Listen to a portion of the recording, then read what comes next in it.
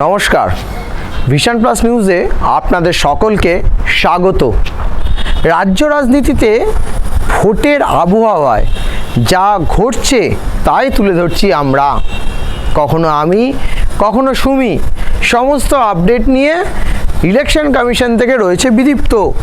সবাই যখন সব খবরের আপডেট আপনাদের সামনে তুলে ধরছি, আজকে বাংলায় লাস্ট ভোটের লাস্ট প্রচার, সেই সময়ের যদি আপডেট আপনাদের সঙ্গে তুলে না ধরি তাহলে কেমন হয়।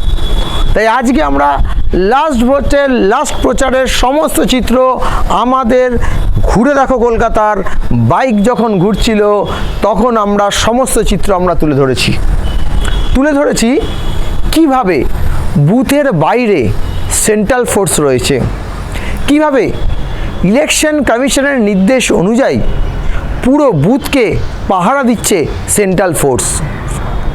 সঙ্গে সঙ্গে সেন্ট্রাল ফোর্সের পাহারাকে কাজে লাগাতে ভোট কেন্দ্রে মানুষ যেন ভোট দিতে পারে তার জন্য তৎপর হচ্ছে ইলেকশন কমিশন। সেই তৎপর ইলেকশন কমিশনের অনুযায়ী পলিটিক্যাল পার্টিগুলো যেন ভোট পায় তার জন্য কিন্তু রেডি হচ্ছে পলিটিক্যাল পার্টিগুলো। ঘড়ির কাঁটায় এখন বিকেল 5টা, প্রচারের শেষ। এই প্রচারের যখন শেষ নির্ঘণ্ট বাজছে, তখন এই ঘড়ির কাঁটায় যখন বিকেল 5টা, প্রচার শেষ, সমস্ত বুথ কেন্দ্রের সামনে 144 জারি হয়ে গেল। সমস্ত বুথ কেন্দ্রের 100 মিটারের মধ্যে 144 সেন্ট্রাল ফোর্সের অধীনে চলে যাচ্ছে। কোনো রাজনৈতিক ব্যানার, পোস্টার, ঝান্ডা থাকবে না কোনো ভোট কেন্দ্রের সামনে, অর্থাৎ কোনো স্কুলগুলো যে ভোট কেন্দ্র হয়েছে তার সামনে কোনো রাজনৈতিক ব্যানার, পোস্টার, দেওয়াল লিখন কিচ্ছু থাকবে না। সেই সময় দাঁড়িয়ে আজকে লাস্ট দিনে কি করলো এক একটি রাজনৈতিক দল, পুরো রাজনৈতিক দলগুলো প্রচার করলো। সিপিআইএম তার প্রচার করলো অটো মাইকিং করে, প্রচার করলো সৃজন ভট্টাচার্য যাদবপুরের ক্যান্ডিডেট, তিনি কিন্তু প্রচার করলেন বারুইপুরে জনসংযোগের মাধ্যমে। তার অপোনেন্ট ক্যান্ডিডেট সায়নী ঘোষের সমর্থনে 114 নম্বর ওয়ার্ডে কাউন্সিলর তার নেতৃত্বে মিছিল করলেন, প্রচার করলেন। তার সাথে সাথে বিজেপির কিছু দল সংখ্যাগরিষ্ঠ হয়ে একটি বড় জমায়েত করে, তারা গাড়ি করে গিয়ে একটি জমায়েত তৈরি করে একটা প্রচার করলেন। প্রচারের কুল থেকে একটুও সরলেন না এসইউসিআই কমিউনিস্ট। এসইউসিআইও কিন্তু এবারে একা লড়ছে। 2011 সালে এসইউসিআই তৃণমূলের সঙ্গে জোটবদ্ধ হয়েছিলেন এবং এই জোটবদ্ধ হয়ে তিনি লড়াই করেছিলেন এবং বামেদের সরানোর কথা বলেছিলেন। সেই এসইউসিআই কমিউনিস্ট কিন্তু একা লড়ছে 2024 সালে এসে। সেই এসইউসিআই কমিউনিস্টও কিন্তু তার প্রচারের ডাল থেকে সরে দাঁড়ালেন না, তারাও কিন্তু প্রচার করলেন। এই যে প্রচার, এই যে অনুষ্ঠান, এত তারই জায়গায় পতাকা লাগানো, ব্যানার লাগানো, দেওয়াল লিখন, এত খাটনি, কর্মীদের খাটনি, নেতাদের টেনশন খাটনি, এই যে এত কিছু হলো, তারপরে 1 জুন ভোট। 19 এপ্রিল থেকে 1 জুন ধরা যায় প্রায় 2 মাস যাবৎ পশ্চিমবাংলার মাটিতে ভোট যুদ্ধ চলল। 7 দফায় ভোট পশ্চিমবাংলায়, সেই 7 দফায় ভোট হলো। লাস্ট দফা রয়েছে 1 জুন, 4 তারিখে রয়েছে রেজাল্ট। এই ভোট যুদ্ধের মাঝখানে দাঁড়িয়ে যা আমরা দেখাচ্ছি আপনাদের, এই দেওয়াল লিখন, এই পতাকা লাগানো, শেষ পর্যন্ত কার পতাকা উচ্চ হাসিতে হাসবে, শেষ পর্যন্ত কোন ঝান্ডাটি এই হাওয়াতে তিমুল গতিতে নড়বে, সেই দিকে থাকবে নজর। আমরাও আপনাদের আপডেট দেব 4 তারিখ সকাল থেকে। সমস্ত লোকসভা কেন্দ্রের আপডেট আমরা আপনাদের দেব। কে এগিয়ে, কে পিছিয়ে, কে জয়ী, কে পরাজিত। অবশ্যই কেউ না কেউ একজন জয়ী হবে আর কেউ না কেউ একজন পরাজিত হবে। সেই দিকে নজর রেখে আমরা আপনাদের সামনে তুলে ধরব এবং চেষ্টা করব সবার প্রথমে ইউটিউব এবং ফেসবুকের মাধ্যমে আমরা আপনাদের আপডেট তুলে দেওয়ার জন্য। এই ভোট যুদ্ধে কে থাকবে এগিয়ে, কে থাকবে পিছিয়ে। এর মাঝখানেই যখন 5টার সময় প্রচার শেষ হওয়ার কথা চলছে, ঠিক সেই সময় 3টের সময় থেকে মুখ্যমন্ত্রী মমতা বন্দ্যোপাধ্যায় যাদবপুর থেকে মিছিল শুরু করেছে। সঙ্গে অবশ্যই ছিলেন সায়নী ঘোষ, যাদবপুরের প্রার্থী। গাড়িতে প্রচারে উপস্থিত ছিলেন মালা রায়, তিনিও ছিলেন।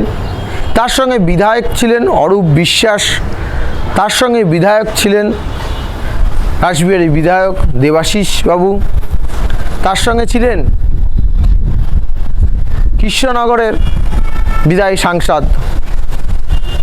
কিন্তু এই যে প্রচার, কখনো নরেন্দ্র মোদী তার ড্রোন উড়িয়ে প্রচার করছে ধর্মতলা থেকে, কখনো নরেন্দ্র মোদী তাপস রায়ের সমর্থনে মিটিং মিছিল করছে, কখনো আবার মুখ্যমন্ত্রী সুদীপ বন্দ্যোপাধ্যায়ের সমর্থনে র্যালি করেছেন হাতিবাগান থেকে।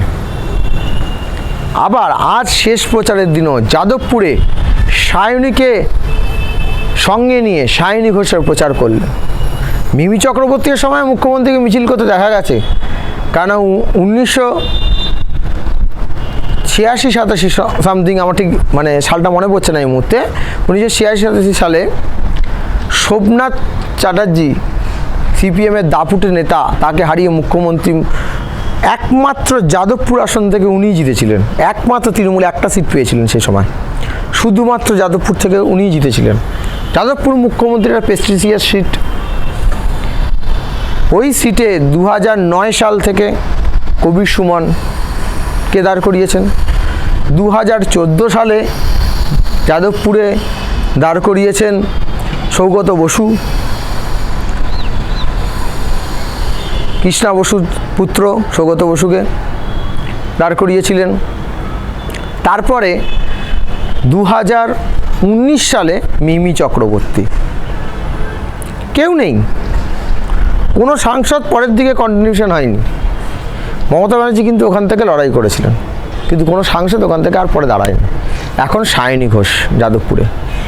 আমার মনে হয় বাংলার ভোটে 42টা যে আসন রয়েছে, সবচেয়ে তাকিয়ে দেখবার আসন হলো যাদবপুর। মুখ্যমন্ত্রী নিজে হাঁটছেন, সুজন চক্রবর্তী সৃজন ভট্টাচার্যকে নিয়ে একাধিক প্রচার করেছেন। ওইখানে যাদবপুরের প্রচারে বড় তাবৎ সিপিএম নেতারা এসছেন, তৃণমূলের নেতারা গেছেন। অরূপ বিশ্বাস নিজে দাঁড়িয়ে থেকে ওখানে লড়াই করছে, প্রচার করছে তৃণমূল প্রার্থীকে জেতানোর জন্য। আর অবশ্যই একটা কথা বলতেই হয়, দমদম কেন্দ্র। দমদম কেন্দ্রে কিন্তু 2 প্রার্থী আছে। দমদম কেন্দ্রে যেমন লোকসভা ভোটে লিখছে সৌগত রায়, তেমন দমদম লোকসভা কেন্দ্রের বিধানসভা, একটি বিধানসভা অঞ্চল বরানগর বিধানসভা কেন্দ্রে কিন্তু বাই ইলেকশন আছে 1 তারিখে। বিধানসভার বাই ইলেকশন বিধানসভার যে বাই ইলেকশন রয়েছে বরানগর বিধানসভা কেন্দ্রে যে কটা পৌরসভা রয়েছে তারা কিন্তু 2টো করে ভোট দেবে, একটা লোকসভার নিরিখে, একটা বিধানসভার নিরিখে। একদিকে দাঁড়িয়েছেন তৃণমূলের এক প্রার্থী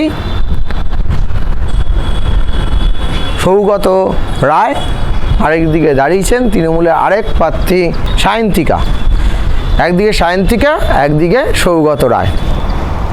তাদের দুজনের সমর্থনে প্রচারে গেছেন দেব। কিন্তু আজকে ভোটের প্রচারের শেষ দিনে রাজ্য রাজনীতির আগুন কিন্তু তুঙ্গে, এবং সেই তুঙ্গে আগুনের সমস্ত চিত্র তুলে ধরছি আমরাই প্রথম আপনাদের সামনে এই চিত্র তুলে ধরছি। আমাদের যে শহর কলকাতার ঘুরে দেখা ভোটের বাইক প্রচারে আমরাই এই চিত্র তুলে ধরেছি। আপনারা সমস্ত খবরের আপডেটের জন্য অবশ্যই চোখ রাখুন ভিশন প্লাস নিউজে। আমরা ভোটের সমস্ত আপডেট দিয়েছি, আমরা ভোটের রেজাল্টেরও সমস্ত আপডেট আপনাদের দেওয়ার চেষ্টা করব, এবং আশা করছি আপনাদের আশীর্বাদ এবং আপনাদের সহযোগিতায় আমরা অবশ্যই আপনাদের আরও সমস্ত আপডেট দেব। নজর রাখুন, চোখ রাখুন ভিশন প্লাস নিউজে, আর অবশ্যই সাবস্ক্রাইব করতে ভুলবেন না। নমস্কার, শুভরাত্রি।